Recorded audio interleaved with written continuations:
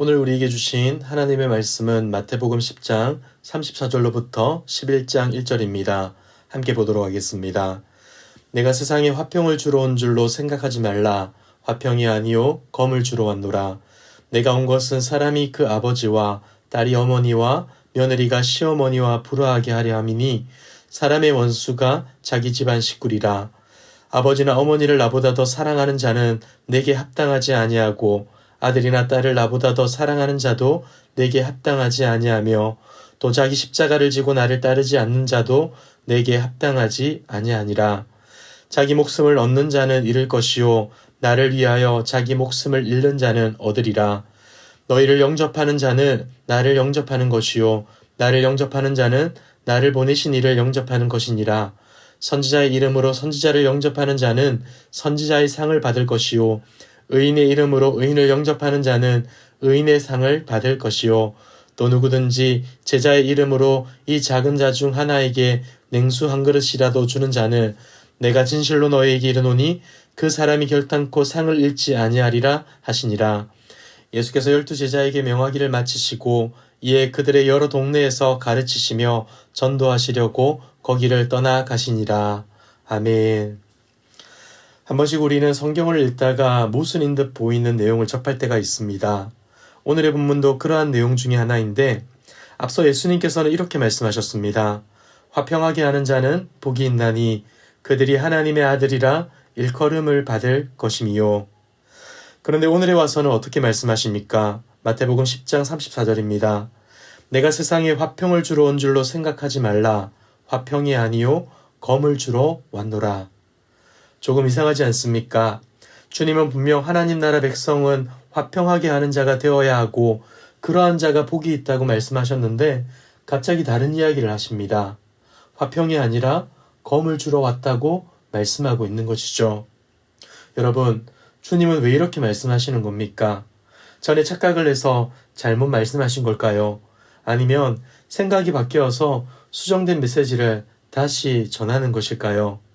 여러분, 예수님이 착각을 한 것도 생각이 바뀐 것도 아닙니다.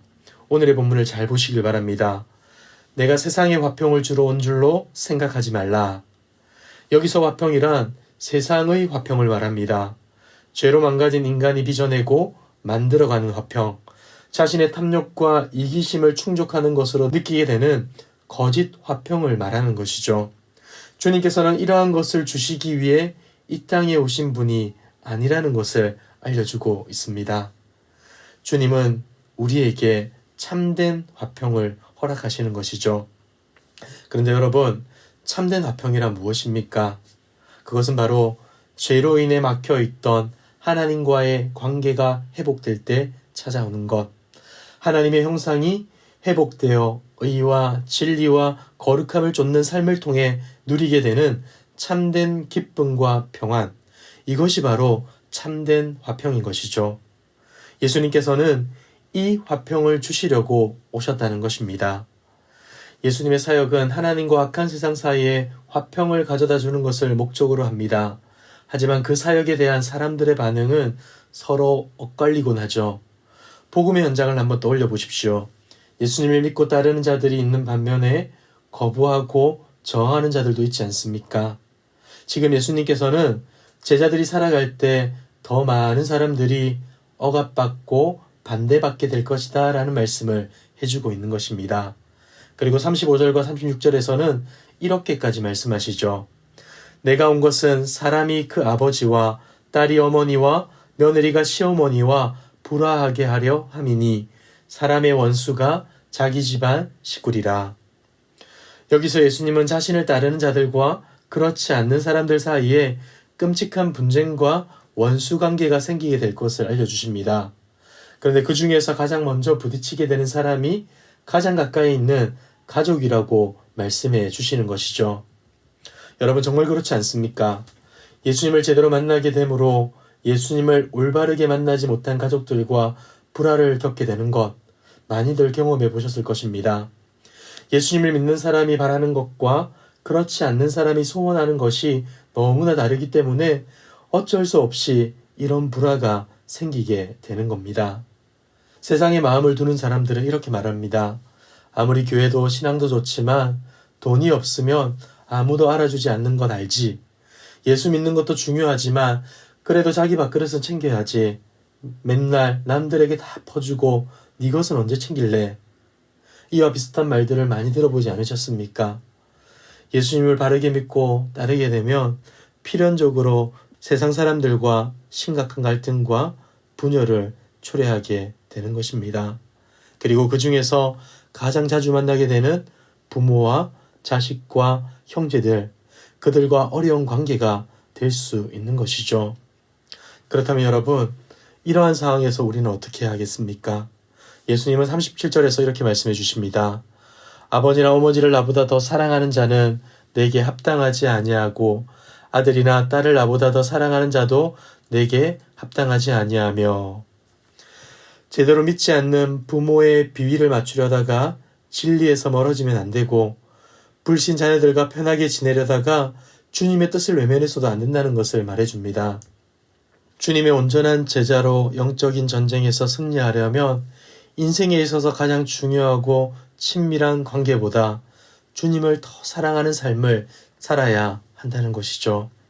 사랑하는 성도 여러분, 가정은 너무나 소중하고 중요합니다. 그러나 가정 때문에 주님을 따르는 일을 등한시하고 예수님을 주인으로 모시는 일을 뒷전에 두게 된다면 그것은 잘못된 관계인 것입니다. 우리가 예수님의 제자가 된다는 것은 그냥 예수님을 사랑하는 자가 아니라 예수님을 가장 사랑하는 자, 예수님이 나의 전부인 자가 되는 것입니다.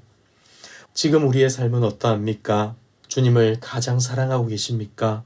정말 주님이 나의 전부이십니까? 이러한 질문 앞에서 조금이라도 망설이고 주저하고 있다면 돌이켜야 되는 겁니다. 사랑하는 성도 여러분, 성령 하나님의 도움을 구합시다. 주님, 주님만을 가장 사랑하고 싶습니다. 주님만이 저의 전부가 되어 주십시오. 이러한 고백을 통해 어떤 상황에서라도 주님만을 바라보고 주님만을 찬양하는, 그리하여 주님 안에서 참된 화평을 경험하는 저와 여러분들의 삶 되길 주님의 이름으로 축복합니다. 예수님이 나의 전부가 되게 하는데 방해가 되는 것은 나와 가장 가까운 부모와 자식이기도 하지만 그보다 더 큰 원수가 있음을 오늘의 본문 38절에서 말해줍니다. 38절입니다. 또 자기 십자가를 지고 나를 따르지 않는 자도 내게 합당하지 아니하니라. 무슨 말입니까? 우리와 충돌하는 가장 큰 원수는 바깥에 있는 것이 아니라 바로 내 속에 있는 죄된 자아라는 것이죠. 우리는 너무나 자주 스스로를 자랑하고 내세우기를 원합니다. 겸손을 가장하여 자신을 드높이기도 하죠. 그런데 여러분, 주님을 온전히 따르기 원한다면 이러한 마음을 죽여야 합니다. 자기 십자가를 지고 주님을 따르는 삶을 살아야 하는 것이죠. 오직 주님만을 드러내고 자랑하는 삶을 살아야 하는 겁니다. 그리고 주님이 주신 십자가의 은혜로 새 생명을 얻었기에 예수님처럼 살아가야 하는 것입니다. 39절에서는 그와 같은 삶을 이렇게 설명해 줍니다. 자기 목숨을 얻는 자는 잃을 것이요 나를 위하여 자기 목숨을 잃는 자는 얻으리라. 이것은 죽음을 각오로 열심히 살다 보면 모든 것이 잘 되어진다는 말이 아닙니다. 악한 권세와 타협하지 않고 죽음을 무릅쓰는 자에게는 영원한 생명을 주시겠다는 하나님의 약속의 말씀을 알려주시는 것이죠. 여러분, 세상과 화평하고 싶은 마음을 죽이십시오. 지금 편하려고 세상 사람들과 타협하고 세상의 화평을 추구하려 한다면 분명 당장은 생명을 연장하고 편안하게 살아갈 수는 있겠지만 영원한 생명은 잃게 되는 것입니다. 그러나 예수님을 위해 자기 목숨을 아끼지 않고 세상의 악한 권세와 맞붙어 죽을 각오로 싸우는 자들, 목숨을 내어놓고 말씀에 순종하며 사는 자들은 어떻게 됩니까? 영원한 생명을 얻게 되는 것이죠. 사랑하는 성도 여러분, 무엇을 선택하시겠습니까? 세상과 화평하려는 유혹을 버리고 하나님과 화평케 되는 은혜를 누리시길 바랍니다. 세상보다 주님을 더 사랑하고 부모와 자식보다 주님을 더 사랑합시다. 그리고 더 나아가 나 자신보다 주님을 더 사랑하여 매일매일 못된 자아를 죽이고 우리 대신 십자가에서 죽으신 주님을 더 깊이 생각하고 주님을 사랑합시다.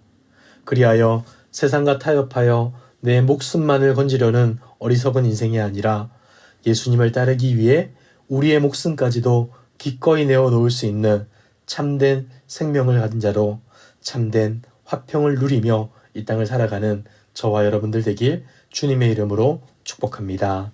기도하겠습니다. 사랑과 은혜가 풍성하신 하나님 아버지, 오늘도 우리에게 복된 하루를 허락하여 주시고 하나님을 예배할 수 있도록 인도하여 주심에 감사드립니다. 허물과 죄로 죽어 하나님과 원수되었던 우리를 십자가의 은혜로 구원해 주시고 하나님과 화목한 자로 삼아 주셨음에 감사합니다. 그러나 우리는 이 놀라운 은혜에 합당한 삶을 살아가기보다 세상의 그릇된 화평에 마음을 빼앗기고 주저할 때가 있음을 고백합니다. 날마다 주님이 주시는 화평을 바라보게 하시고 무엇보다 주님을 사랑하고 주님만을 위해 살아가는 우리 모두 되게 하여 주시옵소서. 우리의 모든 말과 행동과 생각이 하나님 나라를 확장하는 데 쓰임받게 하시고 이웃을 사랑하고 섬기는 데 주저하지 않는 주님의 아름다운 제자로 살아가게 하옵소서. 이 모든 말씀 예수 그리스도의 이름으로 기도드리옵나이다. 아멘. 이 시간 주신 말씀을 기억하며 기도하시고 주간 기도 제목을 따라서 전도와 선교를 위해 기도하겠습니다. 우리 교회가 부산 지역에 죽어가는 영혼을 살리는 교회 되도록, 영혼을 품고 끊임없이 기도하며 전도하는 교회 되도록, 우리 교회가 파송하고 후원하는 선교사님들과 세계 선교를 위하여 특별히 우크라이나의 전쟁이 속히 멈추게 하시고 회복될 수 있도록 그곳에서 사역하시는 선교사님들을 위하여 기도해 주시기 바랍니다. 다 함께 합심 기도 제목과 각자 가지고 오신 기도의 제목으로 기도하시다가 자유롭게 처소로 돌아가겠습니다. 기도하겠습니다.